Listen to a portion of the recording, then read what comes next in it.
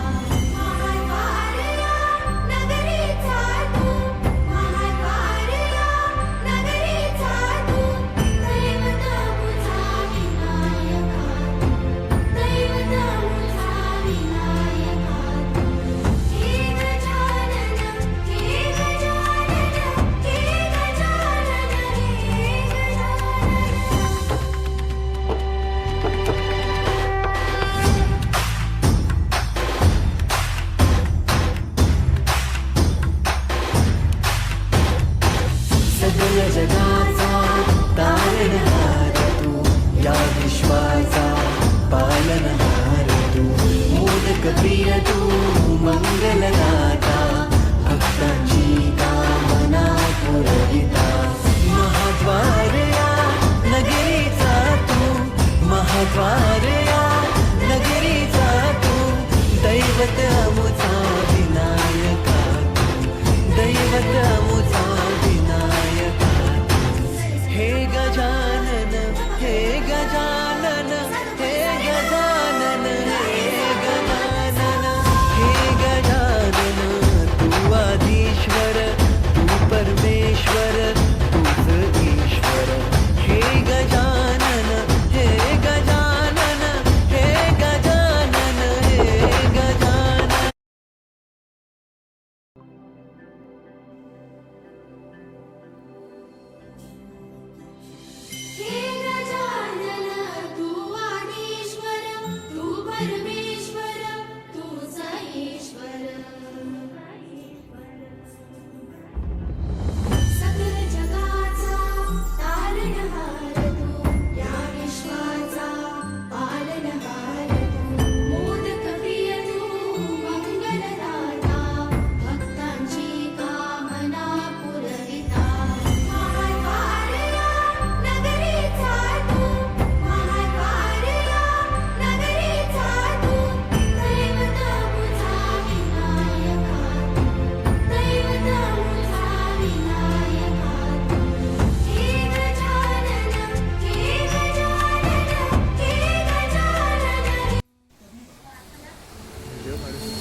जन्म मृत्यु जीवन यौवन सूर्य चंद्र ग्रह नक्षत्र संसार के जीवन मृत्यु चक्र में सदा सर्वदा वह ही विद्यमान है जो है जगत के प्रभु श्री जगन्नाथ. दर्शकों, ओडिशा राज्य अपने जगन्नाथ मंदिर को लेकर पूरी दुनिया में प्रसिद्ध है. पर क्या आप जानते हैं इस मंदिर के पीछे की कहानी और क्या है ब्रह्म पदार्थ जो प्रभु जगन्नाथ को आज भी जीवित रखता है. दर्शकों, आइए जानते हैं भारत में स्थित उड़ीसापुरी शहर में भगवान जगन्नाथ जी के मंदिर और मूर्ति निर्माण की रोचक कहानी. द्वापर युग में महाभारत युद्ध में विजय के पश्चात भगवान श्री कृष्ण द्वारका लौट गए. एक दिन भगवान श्री कृष्ण पीपल के पेड़ के नीचे योग निद्रा में बैठे हुए थे. तभी वहां से जरा नाम का बहेलिया शिकारी गुजर रहा था. जो भगवान श्री कृष्ण की लाल चमकते तलवे को हिरण का मुख समझकर एक बाण चला देता है। जरा को जब यह पता चलता है वह हिरण नहीं स्वयं भगवान श्री कृष्ण है, तो उसे अपने किए पर बहुत दुख होता है। भगवान श्री कृष्ण अपना मानव रूपी नश्वर देह त्याग देते हैं। जब यह बात पांडवों को ज्ञात हुई तो वह सभी द्वारका आकर भगवान श्री कृष्ण के देह का अंतिम संस्कार करते हैं। उसी अग्नि में भगवान श्री कृष्ण का देह तो जल जाता है, परंतु भगवान श्री कृष्ण का हृदय नहीं जल पाता है। यह देखकर पांडव भगवान श्री कृष्ण के हृदय को एक बड़े से लकड़े पर बांधकर समंदर में प्रवाहित कर देते हैं। लकड़ा बहते हुए उड़ीसापुरी के तट पर जा पहुंचता है। उस समय उड़ीसापुरी में इंद्रद्युम्न नाम का एक राजा हुआ करता था। वह भगवान श्री विष्णु का परम भक्त था, जिसकी राजधानी थी अवंतीपुर। एक रात श्री हरि विष्णु राजा इंद्रद्युम्न के सपने में आके दर्शन देते हैं। श्री हरि विष्णु राजा इंद्रद्युम्न से कहते हैं, तुम पुरी के समंदर के तट पर जाओ, वहां तुम्हें एक बड़ा लकड़े का टुकड़ा मिलेगा। उसे लेकर तुम भव्य मूर्ति का निर्माण करवाओ। राजा तीसरी ही सुबह पुरी के समुद्र तट पर पहुंच जाता है, जहां उन्हें एक बड़ी लकड़ी का टुकड़ा मिलता है, जिसके साथ एक कपड़े से बंधा हुआ हृदय मिलता है। राजा लकड़ी को लेकर अपने राजधानी चले जाते हैं। राजा अपने राज्य के सभी कुशल कारीगरों को बुलाकर भगवान विष्णु की मूर्ति का बनाने का आदेश देते हैं, परंतु कोई भी कारीगर वह लकड़ी से मूर्ति नहीं बना पाता है। भगवान विष्णु पुनः राजा इंद्रद्युम्न के सपने में आकर उन्हें दर्शन देते हैं और कहते हैं कि आप देवताओं के शिल्पकार भगवान विश्वकर्मा की आराधना कीजिए, वही आपकी इसी कार्य में सहायता करेंगे। राजा भगवान विश्वकर्मा की आराधना करते हैं। श्री हरि विष्णु और राजा की आराधना से प्रसन्न होकर भगवान विश्वकर्मा एक बूढ़े शिल्पकार के रूप में राजमहल में पहुंच जाते हैं। राजा ने बुजुर्ग शिल्पकार से पूछा, क्या आप लकड़ी से मूर्ति का निर्माण कर सकते हो? बुजुर्ग शिल्पकार ने कहा, मैं अवश्य लकड़ी से मूर्ति का निर्माण कर सकता हूँ, लेकिन मेरी एक शर्त है। श्री हरि विष्णु की मूर्तियों में 21 दिनों में एक बंद कमरे में बनाऊंगा, परंतु वह 21 दिनों में किसी ने भी किसी प्रकार की बाधा उत्पन्न की तो मैं वह मूर्तियों को उसी अवस्था में छोड़कर चला जाऊंगा।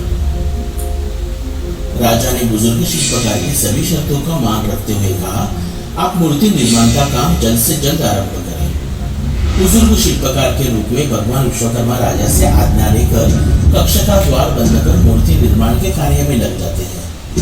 इसी प्रकार दिन बीतने लग जाते हैं और कक्ष से चीनी हथौड़ी और आरे की आवाज आने लगती। मूर्ति निर्माण कार्य में 15वें दिन राजा इंद्रद्युम्न की पत्नी रानी गुंडेचा कक्ष के पास से गुजर रही होती है, तो उन्हें कक्ष से कोई आवाज सुनाई नहीं देती। इस बात से परेशान होकर रानी गुंडेचा राजा को सभी बातें बताती है। रानी राजा से आग्रह करती है, कहीं वह बुजुर्ग शिल्पकार भूख प्यास से मर तो नहीं गए? हमें कक्ष का द्वार खोलकर देखना चाहिए। रानी गुंडेचा के बार बार आग्रह करने के बाद राजा ने कक्ष के द्वार खोलने का आदेश दिया। द्वार खोलते ही भगवान विश्वकर्मा जी लकड़ी के साथ बंधे हृदय को मूर्ति के भीतर स्थापित कर कक्ष से अंतर्ध्यान हो जाते हैं और वहां 3 अर्धनिर्मित मूर्तियां अपने पीछे छोड़ जाते हैं। राजा को अपने किए पर बहुत दुख होता है कि उन्होंने भगवान विश्वकर्मा जी के वचन का पालन नहीं किया।